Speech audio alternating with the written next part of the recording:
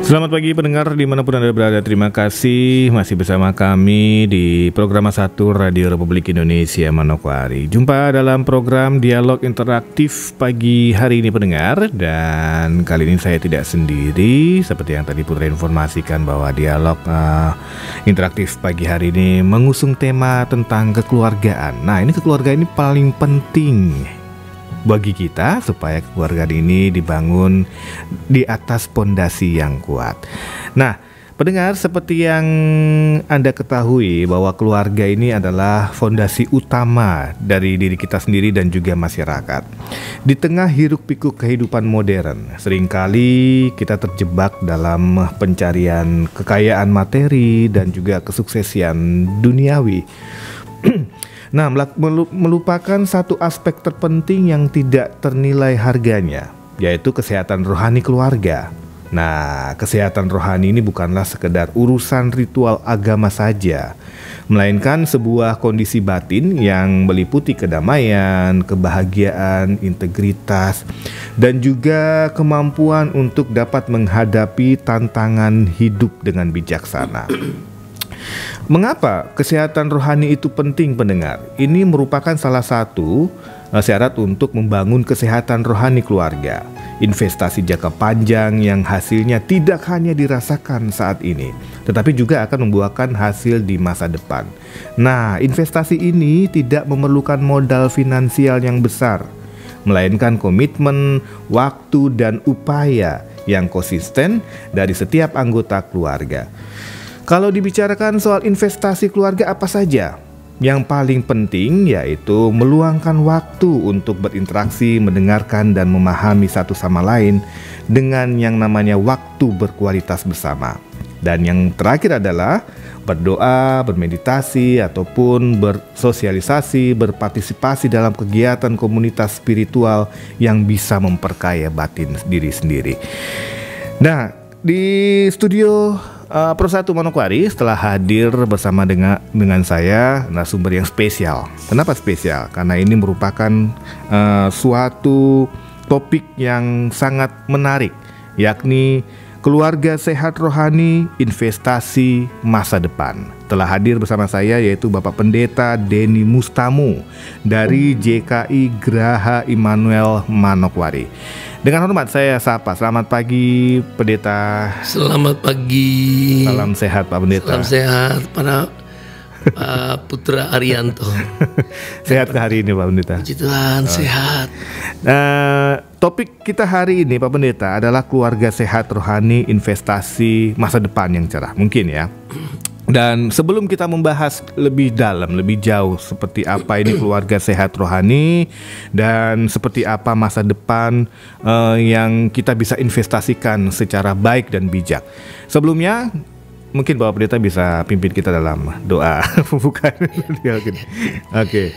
Baik pendengar sekalian, mari sebelum kita mulai acara kita bersatu dalam doa. Kami mengucap syukur dan terima kasih Bapa di surga. Engkaulah Guru yang agung, Bapa yang baik, yang selalu menyertai kami dalam kehidupan kami. Untuk itu Bapa, sebentar kami akan membahas satu topik yang menjadi berkat bagi bangsa, bagi keluarga. Untuk itu kami serahkan percakapan kami pagi hari ini dalam tangan kasih-Mu. Berikan hikmat dan Tuhan mau singkapkan segala sesuatu yang boleh memuliakan Tuhan dan menjadi berkat bagi keluarga. Di dalam nama Tuhan Yesus, haleluya, amin. Terima kasih Pak Pendeta sudah pimpin kita dalam doa pembuka, dan mudah-mudahan dengan apa yang kita bahas ini bisa bermanfaat dan bisa menjadikan refleksi bagi keluarga-keluarga kita yang berada di luar sana.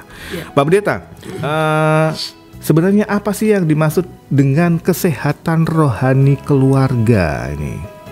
Kesehatan kan banyak, kesehatan fisik, kesehatan mental. Nah, ini kesehatan rohani nih, terutama keluarga. Iya, puji Tuhan. Kita tadi sudah diawali juga ya sama coachnya bahwa keluarga itu atau pendidikan itu kan sangat fundamental, begitu. Ya, kita membangun sebuah rumah kita butuh fondasi kan, fondasi yang kuat. Kalau fondasinya kuat, kita mau bangun rumah model apa aja bisa karena kita nggak ragu-ragu, kita yakin gitu ya. Nah, berbicara tentang keluarga yang sehat, semua juga orang pasti suka sehat, ya.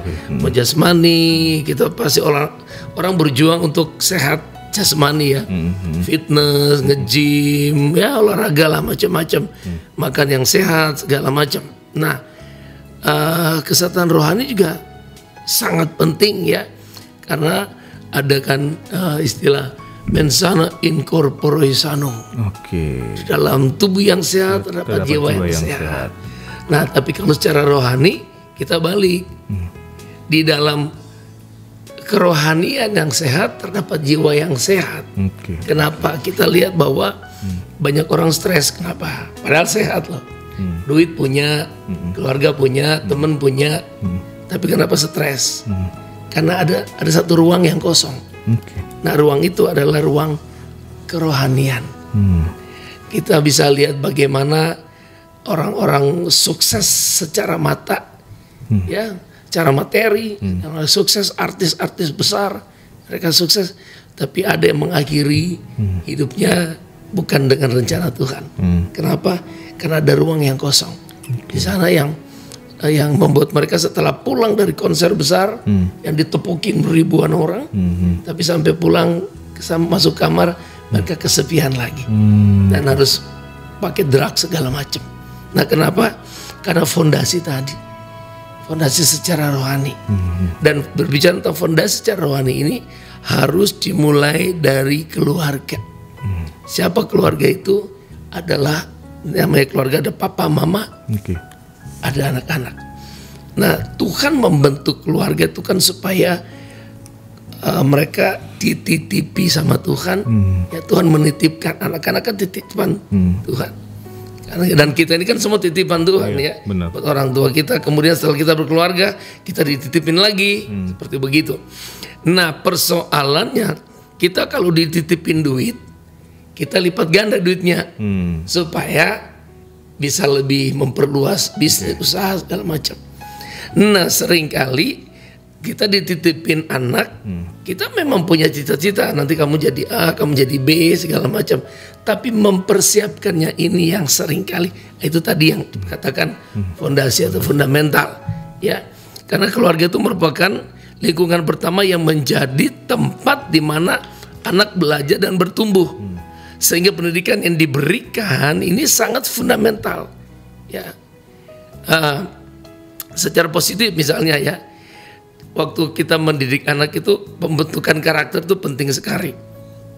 Ya, karena di sana itu ada nilai-nilai moral, nilai etika yang membentuk anak untuk terbentuk karakter. Nah, seringkali kalau kita kemudian kalau kita bilang investasi, investasi kan sesuatu yang dipersiapkan, gitu. Sesuatu yang dipersiapkan untuk masa depan. Nah, anak-anak ini kan investasi, keluarga investasi. Misalnya saya, kenapa saya sekarang jadi pendeta? Karena dulu mama saya menginvestasikan saya untuk jadi pendeta. Jadi sudah sejak dulu? Sejak dulu, dari kecil. Kamu jadi pendeta aja, gitu. Terus dia berdoa buat saya, gitu. ada background yang membuat dia begitu kuat untuk mendoakan saya, gitu ya. Kemudian, Pak Pendeta, ini merupakan salah satu doa dari seorang orang tua, terutama dari ibu, dan bisa dikatakan apa yang keluar dari kata-kata dari seorang ibu ini kedepannya bisa diwujudkan. Betul, iya.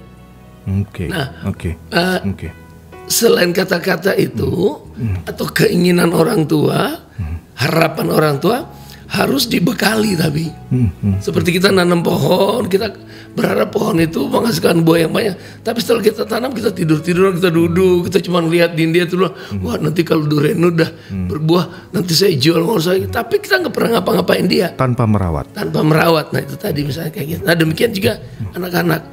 Nah, waktu kita kepengen anak kita jadi seseorang yang berhasil, dari kecil kita harus persiapkan mereka. Kalau kita bicara rohani, oke. Tapi sebelum rohani itu kita terapkan dalam rumah tangga, itu wadahnya harus siap dulu. Wadahnya itu anak-anak kita ya, secara pergaulan sehari-hari, misalnya gini, membangun hubungan dengan anak yang baik, ya, menyapa anak dengan baik. Nah, kita lihat kan beberapa keluarga adalah keluarga tertentu, kalau manggil anak aja udah keras gitu misalnya. Ya. Akhirnya anak ini juga bertumbuh juga keras gitu. Waktu dipanggil, Yohanes, dia panggil apa, gitu. Tapi kalau Nes, dia pasti jawabnya, ya Pak. Kan begitu. Berarti karakter orang tua menentukan masa sangat depan. menentukan sekali.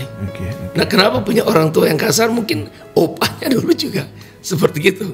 Jadi ini juga investasi kan. Kenapa sih anak ini kok pernah nggak Mas ketemu orang kalau menyelesaikan masalah mesti marah aja, pukul meja dan segala macam. Artinya investasi dia dari orang tuanya dia juga. Mungkin orang tuanya juga suka gitu modelnya. Kalau nggak banting kaki, tumbuh tanah, saya kayak gitu. Nah, anaknya bertumbuh seperti ini. Karena ada istilah buah jatuh nggak jauh dari pohonnya. Ya seperti begitu. Jadi memang firman Tuhan juga bilang ya, misalnya di dalam Efesus 6, kita lihat sebentar dari Efesus 6 ayat 1 sampai 4 gitu ya. Itu sebentar saya buka aja deh ya. Efesus 6 ayat 1 sampai 4 dikatakan begini. Hai anak-anak, taatilah orang tuamu di dalam Tuhan karena haruslah demikian. Nah, hai anak-anak, taatilah orang tuamu dalam Tuhan. Pertanyaannya, orang tua kita bertumbuh dalam Tuhan apa enggak? Nah, bagaimana kita mau didik anak kita taat sama orang tua kalau papa mamanya atau orang tuanya sendiri malas-malas ibadah, nggak pernah bangun mesbah keluarga buat anak-anak juga. Jadi mereka nggak dapat figur itu, mereka tidak dapat model itu, dan ya mereka bertumbuh karena usia saja, gitu. Tapi secara mental nggak ada. Kemudian ayat 2 bilang begini, hormatilah ayahmu dan ibumu. Ini adalah suatu perintah yang penting. Hormatilah ayah ibumu. Ini adalah satu perintah yang penting. Ini firman Tuhan loh. Seperti yang nyata dari janji ini, di mana ini ada janji, tapi bagaimana supaya anak ini bisa menghormati ayah dan ibunya kalau ayah dan ibunya nggak jadi contoh. Hal yang kecil saja. Yuk doa bareng, ajak istri, suami istri, anak, mulai berdoa yang pendek-pendek nggak masalah, tapi itu habit jadinya. Nah, ini kan sama dengan tiap hari kita nyiramin kan, seperti itu ya, nyiramin dengan firman, dengan doa, dengan apa namanya, nasihat yang singkat-singkat, jadi anak nggak bosen juga gitu. Nah, sekarang kan agak sulit diatur. Sulit diatur. Karena apa? Ya dari awalnya juga sebenarnya seperti begitu. Nah, ayat 3 bilang gini dari Efesus 6. Supaya kamu berbahagia dan panjang umurmu di bumi. Nah, anak ini bisa berbahagia karena ada investasi apa? Dulu orang tua saya ngomong begini, dulu orang tua saya nasihatin saya seperti ini. Dari kecil saya sudah biasa diajarin sholat atau diajarin sekolah minggu, ya kan? Dan macam-macam, apapun latar belakang agama kita, didikan anak kita sesuai dengan nilai-nilai moral-moral keagamaan yang positif, ya, jangan ngajarin benci ya kita, tapi harus benar-benar. Jadi anak-anak ini mudah memaafkan. Nah, kita lihat bagaimana dalam dunia kerja misalnya, ada orang seperti tadi saya bilang, kenapa dia kalau menyelesaikan persoalan mesti marah-marah, tapi ada orang yang dengan tenang bisa manggil, sini saja kamu sini, nah, saya omongin yuk gitu. Karena apa? Dia dibentuk seperti begitu dari keluarga. Nah, keluarga yang harmonis otomatis kan membentuk karakter, masalah kejiwaan, bagaimana mereka bisa menempatkan diri, bagaimana mereka bisa menyelesaikan persoalan, bagaimana mereka bisa menghargai orang lain, suka mendengar, nggak cepat marah, kan begitu. Nah, ini yang harus nih. Kemudian 4, nah ini nih. Dan kamu bapak-bapak, janganlah bangkitkan amarah di dalam hati anak-anakmu. Tetapi didiklah mereka di dalam ajaran dan nasihat Tuhan. Nah, banyak orang tua, ya tidak semua, tapi begitu banyak orang tua yang gagal mendidik anak kita sehingga ngomong kita ini sudah positif, sudah sempurna, enggak. Kita tidak ada yang sempurna, nggak ada ayah yang sempurna, nggak ada mama yang sempurna, nggak ada. Tetapi nilai-nilai dasar harus ada. Seperti misalnya bangunan, kita lihat bangunan-bangunan tua lah di Manokwari ini, atau di Indonesia banyak bangunan-bangunan Belanda udah tua, tapi kan kokoh. Iya. Kenapa? Fondasinya kuat. Sementara rumah yang direnovasi baru bangun, ya. Kita lihat di sampingnya ada bangunan tua, bangunan Belanda, misalnya. Bisa membandingkan ini. Membandingkan ya, ini kenapa kuat terus? Oke. Tapi yang bangun di sebelah ini perumahan udah retak lah, bocor lah, segala macam. Benar. Fondasinya yang nggak bagus. Iya. Seperti gitu. Pak Pendeta, ini bisa merupakan suatu tantangan. Nah, ini tantangan apa yang bisa dihadapi, tantangan terbesar apa yang dihadapi oleh keluarga saat ini selain tadi masalah moral? Iya. Waktu Oke. ya. Karena mungkin secara ekonomi, karena orang yang harus kerja lah ya. Oke, benar. Kemudian tuntutan dari tempat dia kerja harus ada target selesai. Kemudian belum selesai dia bawa pulang di rumah, dia selesaikan lagi di rumah. Dia nggak mau diganggu. Gitu. Akhirnya dia tanpa sadar, sekalipun mungkin duit dia kasih, nonton film bareng, ayo, makan bareng, ayo. Tapi sampai di tempat makan pun nggak ngobrol karena masing-masing pegang HP. Saya kayak gitu. Benar sekali. Kan berarti kan nggak ada komunikasi kan? Oke. Ya, jadi akhirnya anak itu bertumbuh tanpa bisa ada komunikasi yang baik. Semua itu kan mulai dari komunikasi. Jamaah kita yang sudah berkeluarga, komunikasi kan itu penting sekali. Tapi begitu banyak komunikasi yang tidak sehat karena ini tadi. Jadi memang harus ada satu komunikasi yang baik. Dan komunikasi inilah yang membuat orang jadi bisa saling koreksi. Nah, dengan komunikasi yang baik, dengan komunikasi yang positif, yang selalu memberi dampak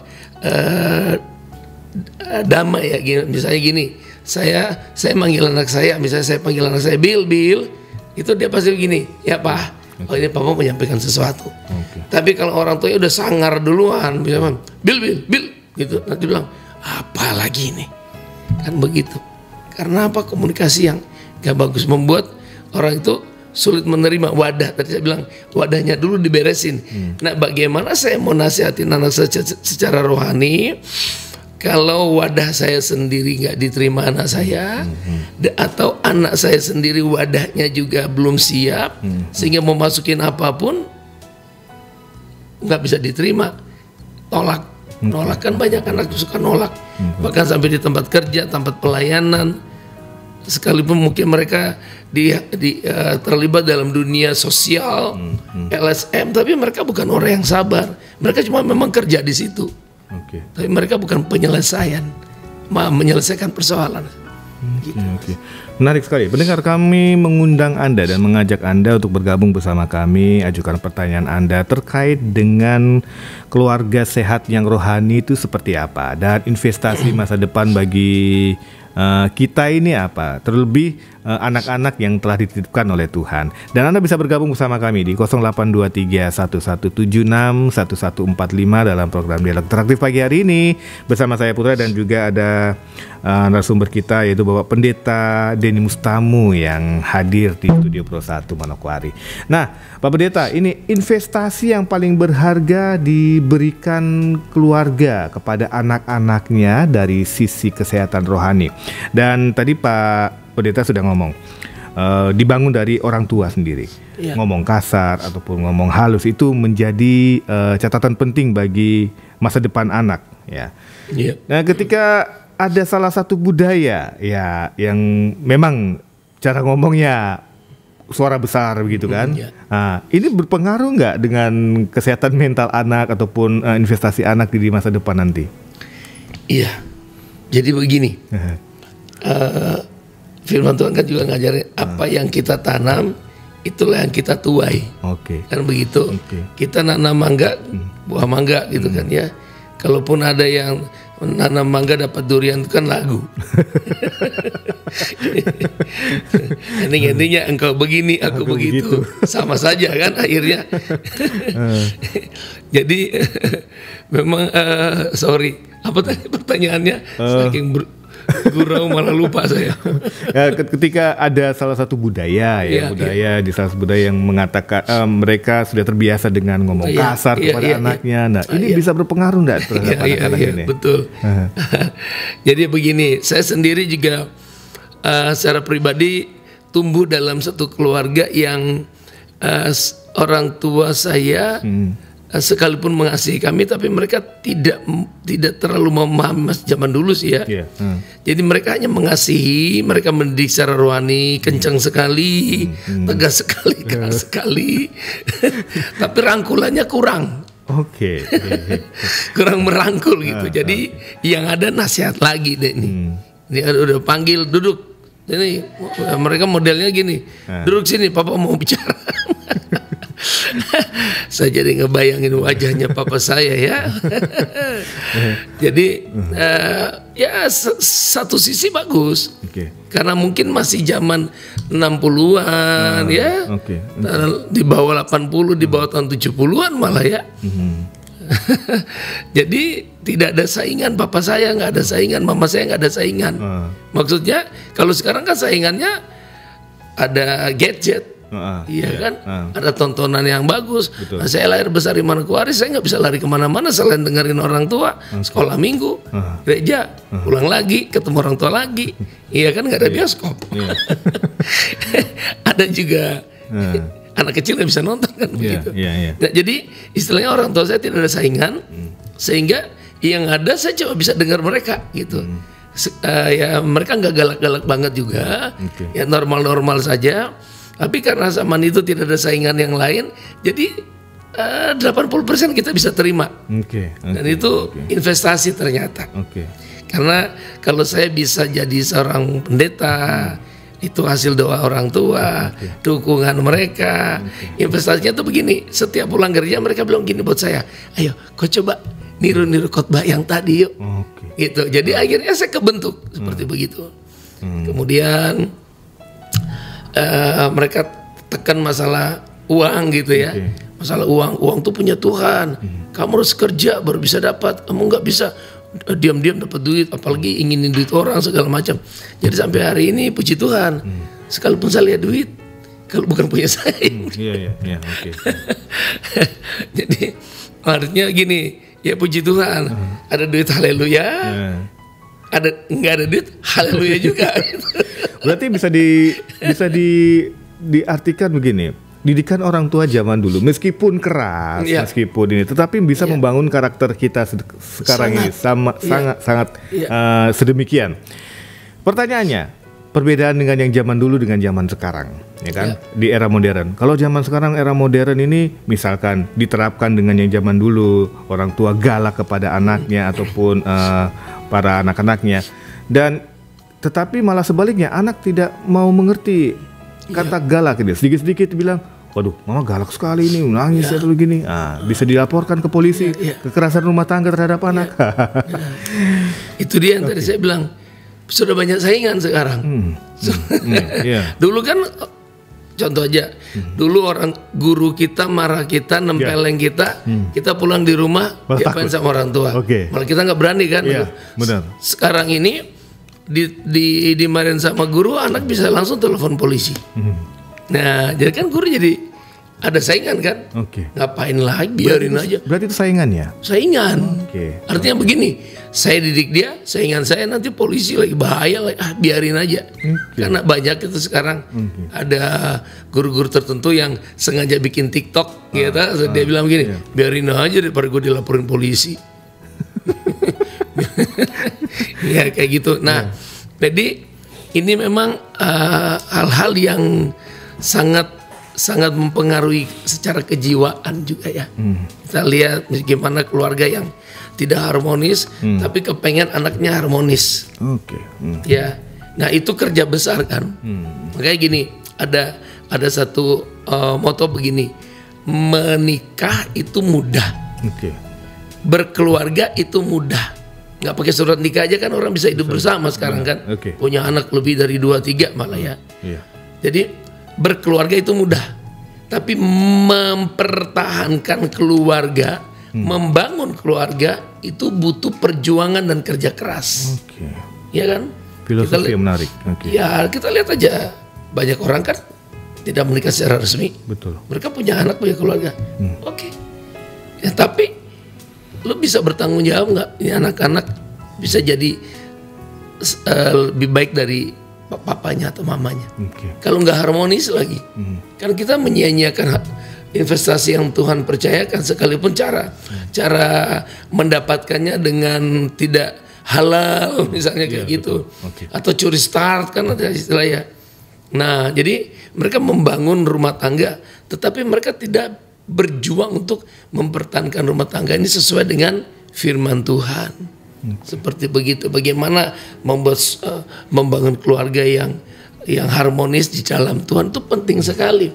Nah ada lagi istilah misalnya gini Mas, berhubung saya dulu susah, saya nggak mau anak saya susah. Ya, ada bahasa begitu. Ya, dulu papa saya galak, saya nggak mau galak buat anak. Loh, tapi papamu galak, kamu sekarang jadi pengusaha. Nah, kamu mungkin tidak galak seperti papamu, tapi didikan inti dasar-dasarnya harus tetap. Mungkin dulu ayah sehari mungkin nampar 2-3 kali. Sekarang kamu cium 5 kali anak kamu. Iya kan? Jangan pakai nampar. Sini papa bilang, kamu tuh salah, tahu nggak? Sini peluk sambil ngomong sama dia, papa nggak mau lagi ya kamu kayak gitu, kan bisa diganti. Caranya dulu duduk sini, tempeleng diomongin, dengar. Sekarang nggak, kamu duduk sini, papa mau ngomong sama kamu, sambil rangkul dia, peluk dia. Tinggal ngomong, Din, maksud papa tuh gini loh nak, nah gini. Mungkin dia bisa nangis, bahunya dia nangis, dia bisa nangis di pundak papanya, sebaliknya papanya juga nangis di pundaknya dia, enak kan? Tinggal ngobrol lah, itu mau ngomong sejam juga enak. Nanti dia bersaksi ke temannya, aduh, saya kalau kangen sama papa saya itu, aduh, luar biasa gitu. Tapi berpengaruh nggak Pak Pendeta? Misalkan dia kita sudah sayangi, terus kita peluk seperti yang Bapak Pendeta kasih tahu, terus kemudian nanti ke depannya, Bapak saya nggak akan marah ketika melakukan kesalahan atau melakukan pelanggaran. Ayah saya nggak akan marah, paling dipeluk doang gitu. Ya, betul. Jadi itu yang tadi saya bilang, rangkul dia kan sambil nasihat. Maksud papa tadi gini loh, gini. Sehingga tertancap lebih mudah itu. Zaman sekarang anak-anak kalau dinasihatin, kita nggak selalu kalau nasihatin anak harus berhadapan-hadapan, lihat papa mata papa gini, nggak perlu. Sekarang kan kita bisa ngobrol di warung sambil makan, nggak usah lihat-lihatan, nggak usah tatapan, tapi misalnya gini, ambil tempe, tambahin ke anaknya, terus begini, papa tahu pasti kamu suka kan tempenya, terus sambil ngomong, menurut papa ya kamu ambil jurusan hukum aja, kalau papa lihat kamu punya karakter cocok masuk di hukum. Terus nanti dia bilang, papa bisa aja hukum, kan jadi hubungan jadi harmonis banget gitu. Karena apa? Cara ngomongnya udah beda. Sudah bisa jadi ayah yang tegas, tapi bisa jadi teman diskusi. Itu kan penting sekali. Nah, nilai ini yang sering terabaikan karena apa? Kesibukan tadi. Ya, waktu. Karena paling gini, saya lihat ada beberapa, mau makan malam di mana? Ya udah kamu pesan aja, nanti papa dari kantor langsung ke sana, gitu. Bahasanya harmonis, tapi di TKP-nya enggak. Karena tetap aja papa bawa laptop kerja misalnya, atau sekalipun mungkin dia nggak bawa apa-apa, tapi mereka masing-masing pegang HP, atau mereka masing-masing nggak pegang HP, tapi nggak, sudah terbiasa tidak ngobrol. Nah, untuk hal ini pasangan suami istri itu harus banyak belajar. Saya juga belajar sih. Saya ngomong gini bukan saya udah sampai mati baru nggak belajar. Begini, bagaimana saya bisa dekatkan anak saya dengan mamanya, atau bagaimana seorang mama deketin anaknya dengan papanya? Itu dua-dua harus belajar. Kenapa suami saya begini ya? Kok dia nggak bisa ngomong sama anaknya? Atau kenapa istri saya ini kok sulit ya? Ngomong sama anaknya kok susah ya, mesti nyuruh, bilang mama sana gini, bilang papa ini. Jadi mereka sendiri nggak bisa ngomong. Kenapa? Oh, dulu papanya terlalu galak, matanya tajam, marah gitu. Nah, itu sehingga dengan demikian pasangan suami istri ini bisa diskusi. Dia bisa diskusi, dia bilang gini, Mas Hen, anak kita itu sangat butuh kamu loh. Cuman aku lihat kamu gini-gini, sepertinya agak ada sesuatu yang kamu simpan yang gak bisa kamu tuangkan ke anakmu. Maaf ya. Menurut cerita kamu segala macam, papamu kan memang orangnya agak diktator gitu toh. Tapi jangan sampai itu ke anak kita dong, kan kasihan gitu. Seperti kamu rasakan, kamu gak puaskan sama papa kamu, jangan nurun ke anaknya. Kasihan. Yuk kita ajak ya anak kita, itu butuh waktu. Dan kita harus belajar pasangan kita, kekurangan kelebihan pasangan kita, sehingga kekurangannya itu kita masuk dengan kelebihannya. Misalnya dia kan senangnya ngitung aja, duduk dengan dia ngitung sama dia, ngobrol gitu. Dia hobi bola, duduk ngobrol sama bola sama dia. Dia hobi biliar, ya wis ngomong biliar sama dia, enggak apa-apa. Demi apa? Investasi masa depan. Kan punya anak. Asal jangan main judi. Jangan main judi. Boleh. Ntar dulu, jangan ngomong sama papa lagi judi online. Wah, beda lagi tuh. Oke, Pak Pendeta, ini sudah ada yang bergabung bersama kami di 0823 1176 1145 dalam program Dialog Interaktif. Dan sudah ada dari Ibu Lina di Reremi. Selamat pagi Pak Pendeta dan penyiar. Selamat pagi. Saya Ibu Lina di Reremi. Saya mau tanya, jika kesehatan rohani kita bukan hanya tentang ritual keagamaan, terus kemudian kita membedakan dari sekedar kebaikan hati atau nilai-nilai moral umum terhadap anak kita, apa sih inti esensial dari kesehatan rohani keluarga untuk kita? Terima kasih, selamat pagi. Nilai esensial ya? Iya. Jadi secara esensi, kenapa kita mendidik anak itu kan bukan didik dia buat hari ini. Didikan saat ini atau hari ini adalah nanti kita lihat hasilnya 30-40 tahun ke depan. Jadi didiklah anakmu untuk masa depan, bukan untuk hari ini. Nah, seringkali itu begini kan, misalnya gini nih, mudah-mudahan ini terjawab ya. Jadi seringkali kan begini, anak minta langsung kasih, anak minta langsung kasih, anak minta langsung kasih. Pas nggak dikasih dia berontak. Dia berontak depan orang sampai mamanya ngasih. Tantrum. Ya tantrum. Seperti begitu. Nah, tapi bagaimana kita mendidik anak supaya tidak selalu permintaannya dipenuhi. Waktu tidak selalu, tapi beri pengertian ya. Jangan tidak, pokoknya tidak boleh. Jangan, dia nggak ngerti. Kenapa nggak boleh? Mesti bilang gini. Nanti misalnya ini cuma salah satu contoh aja. Nah, misalnya gini. Oke dek, nanti kalau mama sudah dapat gaji, kamu ingetin mama ya. Nanti mama belikan buat kamu yang lebih bagus, misalnya nanti kamu yang milih, ya. Tapi kalau sekarang nih, mama nggak punya duit, lihat nih dompetnya, lebih terbuka, paling indah, terbuka itu paling indah. Jadi anak itu ngerti. Nanti satu saat dia akan tanya, mama udah punya duit belum? Kan enak. Betul. Tapi kalau kita maksa, kita berikan, nanti anak jadi pemberontak.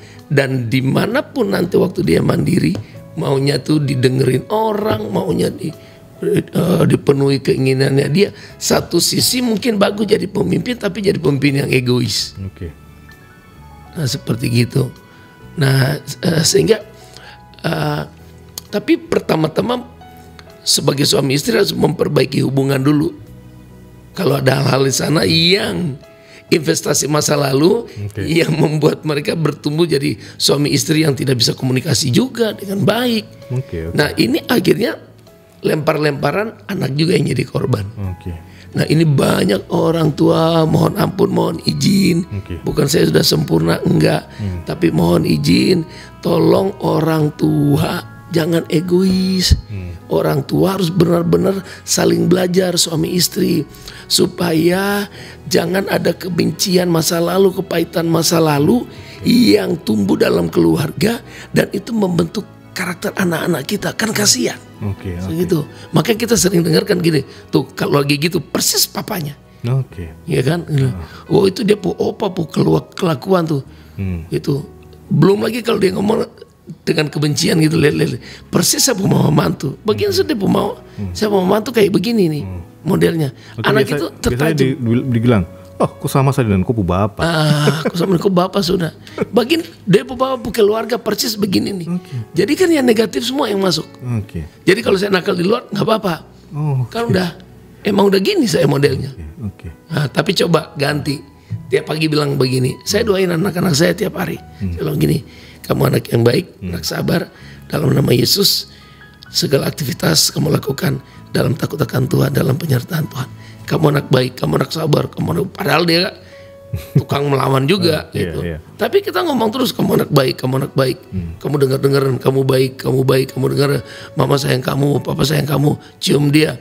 Waktu dia mau, misalnya nih ya, setelah dia keluarga dia mau selingkuh aja dia mikir, kamu anak baik, kamu anak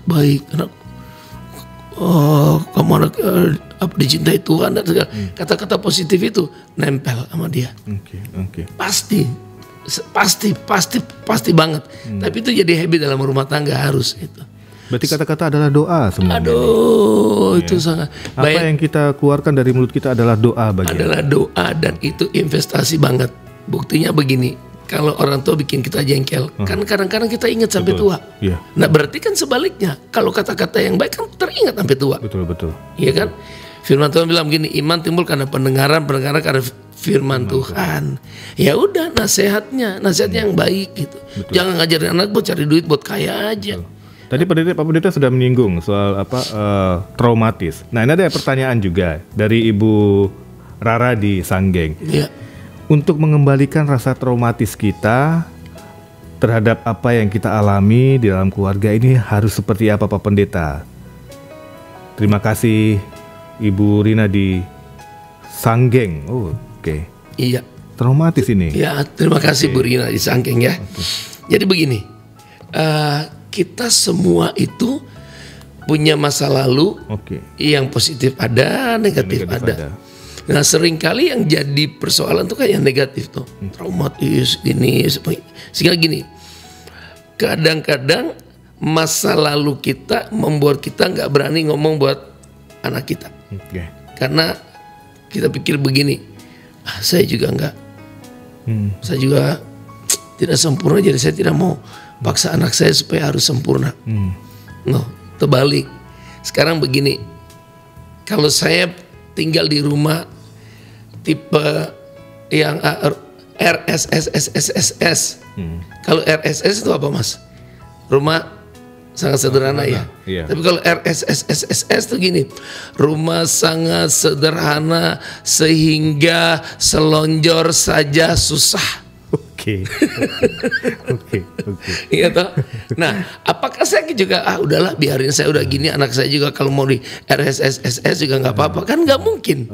Kan kita mama sama papa lahirin kamu di RSSSS, tapi kamu harus jadi anak yang berhasil. Gimana caranya? Motivasi dia ngomong gitu. Nah, seringkali ada trauma-trauma memang yang membuat orang tua nggak terlalu bisa pendekatan kepada anak. Kemudian kalau ketemu lagi sama suami yang nggak bisa ajak ngomong, ini kan susah banget nih. Nah, dia butuh orang ketiga. Pertama orang pertama, waktu mereka nikah kan mereka menyerahkan kepada Tuhan. Lalu minta sama Tuhan, Tuhan, ini kan rumah tangga Tuhan yang bentuk. Terus terang aja Tuhan, ngobrol sama Tuhan tuh ngobrol. Jangan cuma minta Tuhan jaga anak-anak saya, jaga suami. Enggak usah kowe ngomong. Tuhan tuh udah jaga dia dari dulu. Kok belum doa aja dia sampai nikah sama kamu kan hasil doamu kan enggak toh. Mas Har doa untuk calon istri waktu dia SD enggak? Enggak kan? Nah, siapa yang doain? Iya kan? Dijaga sama Tuhan kan buktinya sampai ketemu kan? Nah, gitu. Jadi gini. Nah, kita bangun hubungan dulu dengan Tuhan. Tuhan, saya nggak sanggup Tuhan, tapi saya tahu Tuhan yang sanggup. Kalau Tuhan sudah kasih saya suami seperti gini, atau sebaliknya, kalau Tuhan sudah kasih saya istri kayak begini, saya percaya Tuhan. Sekalipun dalam berbanyak hal kita kurang, tapi saya percaya ada sisi-sisi positif yang Tuhan taruh untuk kita berdua. Tolong Tuhan tunjukin itu dan kami mau maju Tuhan. Minta ampun sama Tuhan. minta sama tolong Tuhan beri saya hikmat supaya saya bisa didik anak saya. Tapi harus mulai berjuang juga. Jangan sampai misalnya kayak gini, mohon maaf nih Bu, udah jam harus ibadah atau jam sekolah minggu, kalau ibu punya anak-anak masih usia sekolah minggu, terus harus sekolah minggu, tapi jangan kesian dia masih ngantuk, semalam dia tidur agak lambat, jadi biarin aja dia tidur dulu, sekolah minggu mah minggu depan juga ada. Ini kita sedang investasi anak untuk menganggap remeh situasi segala macam dalam hal-hal, sampai nanti dia berumah tangga juga dia membiarin aja, pembiaran. Ini pembiaran, jangan. Nah, mulailah ibu duduk di kaki Tuhan. Ingat nggak waktu Elkana punya istri kan namanya Hana. Kemudian Elkana ini kan punya selingkuhan namanya Penina. Iya, punya selingkuhan namanya Penina. Kemudian Penina ini kan punya anak namanya Elkana, tapi Elkana, kemudian si Hana ini kan berdoa, dia nggak ribut sama Penina selingkuhan suaminya, tapi dia berdoa, Tuhan kalau saya punya anak nanti saya mau kasih anak ini, saya serahkan ya buat Tuhan, tolong. Nah dia pulang ke rumah dia tetap melayani suaminya dengan baik. Jadi si Elkana ini tetap sayang sama ibu Hana, sayang sama istrinya si Penina juga selingkuh. 02 lah ya. 0102 ya. Sayang. Nah, Tuhan dengar permohonannya si 01 Ibu Hana. Punya anak namanya Samuel. Dia minta anak dari Tuhan, Tuhan kasih dia nabi. Bukan cuma sekedar anak. Dia kasih nabi Samuel kan? Betul. Nah, seperti begitu. Betul. Ya satu hamba Tuhan. Karena apa? Doa seorang ibu, ngobrol Bu. Ngobrol sama Tuhan. Kalau saya sih bisa bilang ngobrol. Jangan cuma sampai di tingkat doa gitu. Kalau ibu kenal sama Pak Gubernur, mungkin ibu bisa bikin proposal. Belum tentu dibagi. Dikasihkan ya. Kalau ibu minta 100 juta paling kasih 50. Deal, syukur-syukur 50. Tapi kalau ibu bersahabat, ibu ngobrol, ibu nggak usah bikin proposal. Langsung kan ngobrol-ngobrol. Pak, saya ini mau renovasi rumah, sulit nih lagi gini. Ya udah besok kamu ke kantor. Dah, paling kamu bawa KTP sama kakak. Nanti saya suruh anak buah saya yang bikinin buat kamu. Kan enak. Karena ngobrol. Kenapa? Komunikasi tadi membangun hubungan. Kalau hubungan sama Tuhan baik, percaya, suami baik, berubah. Yang rubah Tuhan, bukan kita. Kita nggak bisa loh ngerubahin istri kita, ngerubahin suami kita, nggak bisa. Itu mimpi. Tapi waktu kita punya hubungan baik sama Tuhan, Tuhan ubahkan itu. Kita harus sama sentralnya dulu beresin. Lampu mati kita ganti balon berapa biji juga nggak nyala-nyala. Kenapa? Ternyata meterannya sekiringnya putus. Kita beresin dong di pusatnya dulu. Kira-kira gitu ya Bu ya. Terima kasih Ibu Dina, mungkin sudah terjawab ya. Dan pendengar, Pak Pendeta, kita sudah berada di penghujung acara.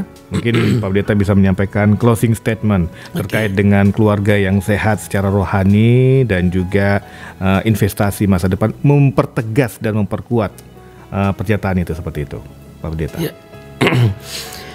Jadi saya baca sedikit ya. Tidak apa-apa. Ya, keluarga yang sehat secara rohani merupakan investasi jangka panjang yang penting untuk masa depan. Karena itu mempengaruhi baik kesehatan fisik, baik kesehatan mental, baik spiritual ya, dan juga untuk masa depan keluarganya. Nah, kesehatan rohani yang baik itu mencakup pemahaman dan penghayatan tentang nilai-nilai spiritual. Itu sebabnya orang tua harus menjadi contoh keluarga yang spiritual ya, yang suka berdoa, suka muji Tuhan, suka ibadah ya, sehingga nilai-nilai ini akan menurunkan kepada anak-anaknya. Nah, nilai-nilai spiritual ini serta pengembangan kapasitas mental, emosional, sehingga anak ini dapat memilih saya mau jadi apa, dan waktu dia jadi apa dia akan jadi sesuai dengan rencana Tuhan. Karena rancanganku adalah rancangan damai sejahtera yang penuh pengharapan tapi kan pengharapan. Nah, isilah pengharapan ini supaya bisa terrealisasi. Nah, firman Tuhan kan bilang kok, rancanganku bukanlah rancangan kecelakaan, tetapi rancangan damai sejahtera yang penuh dengan pengharapan. Nah, isi pengharapan ini harus diisi sama kita. Kalau enggak, harapannya jadi kenangan. Oke, betul sekali. Seperti gitu. Terima kasih Pak Pendeta sudah menyampaikan ujangan terkait dengan keluarga sehat rohani. Biasanya Pak Pendeta saya banyak menyela, banyak pertanyaan. Tetapi kali ini saya banyak menyimak. Karena topiknya menarik dan ini terkait dengan keluarga. Puji Tuhan. Kenapa bisa menyimak? Ya itu tadi, apa yang kita pengalaman, apa yang kita rasakan, kita dapatkan di masa lalu dan apa yang kita rasakan di masa sekarang ini berpengaruh terhadap kita punya investasi. Ya, betul. Baik. Terima kasih Pak Pendeta. Ini ujangan yang sangat luar biasa. Biasanya saya menyela banyak, tapi kali ini saya banyak menyimak ini. Puji Tuhan, Mas Putra. Baik Pak Pendeta, sebelum kita mengakhiri dialog interaktif pagi hari ini, dan terima kasih saya ucapkan sudah bergabung bersama kami Ibu Lina, Ibu Rani yang berada di Sanggeng dan juga di Reremi. Semoga bermanfaat dengan apa yang kita bicarakan tentang membangun suatu fondasi keluarga secara sehat dan juga membangun investasi yang paling berkualitas untuk anak-anak kita. Karena anak itu merupakan investasi, bukan hanya investasi di bidang finansial aja, tetapi investasi anak kedepannya itu sangat-sangat berpengaruh demi kita juga. Mungkin Pak Pendeta bisa menutup dengan doa Pendeta. Baik, terima kasih. Sebelumnya saya sedikit beriklan bahwa hari Senin dan Selasa benar. Tanggal 16 dan tanggal 17 Juni besok ini. Hari Senin dan hari Selasa mungkin buat jadi berkat buat masyarakat dan juga anak-anak Tuhan, keluarga-keluarga.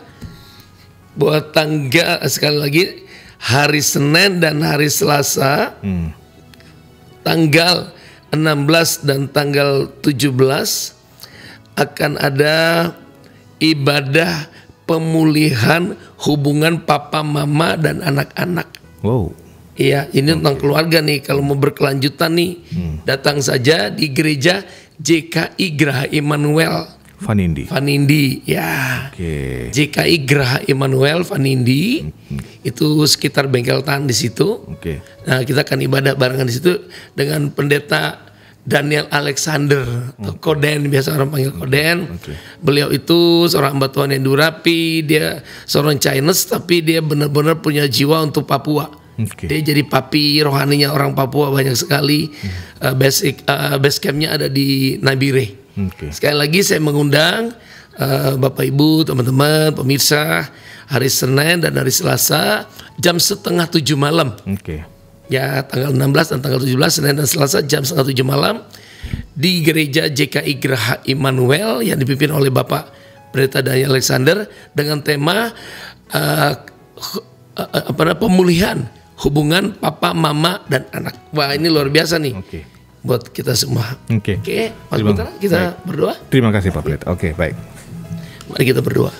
Kami mengucap syukur dan terima kasih Bapa di surga untuk waktu yang Tuhan berikan, Tuhan investasikan bagi kami untuk kami boleh berbicara, kami boleh berdiskusi, kami berdialog apa yang menjadi kehendak Tuhan dalam kehidupan kami, di mana kami harus mengisi harapan-harapan yang sudah Tuhan anugerahkan bagi kami. Kami tidak sia-siakan waktu sehingga pada masanya kami mandiri nanti, kami berkeluarga nanti, masa dewasa nanti kami boleh ada di dalam rel yang benar, hidup dalam kebenaran firman Tuhan, hidup sesuai dengan apa yang menjadi kehendak Tuhan bagi kehidupan kami. Terima kasih Bapa di surga. Kami berdoa untuk program ini terus boleh berjalan menjadi berkat di Radio Republik Indonesia di Manokwari ini bersama dengan Mas Putra dan semua kru RRI Manokwari. Terima kasih Bapak di surga, terpuji namamu. Dalam nama Tuhan Yesus kami berdoa. Haleluya. Amin. Terima kasih Pak Pendeta. Demikian pendengar, telah kita ketemu bersama dialog interaktif dengan topik keluarga sehat, rohani, secara investasi dan juga masa depan bersama dengan Bapak Pendeta Denny Mustamu JKI dari JKI Geraha Immanuel Vanin di Manokwari. Terima kasih Pak Pendeta sudah hadir di program satu. Mungkin kalau kedepannya kalau diundang lagi mungkin Bapak. Bu, dengan senang hati. Luar biasa. Dan kita akan ketemu lagi pendengar dengan topik-topik dialog berikutnya dan selanjutnya. Saya Putra Arianto, mewakili kerabat kerja yang bertugas hari ini mengucapkan terima kasih atas perhatian Anda. Selamat pagi dan sampai jumpa. Terima kasih Pak Pendeta. Terima kasih. Masa. Kanal Informasi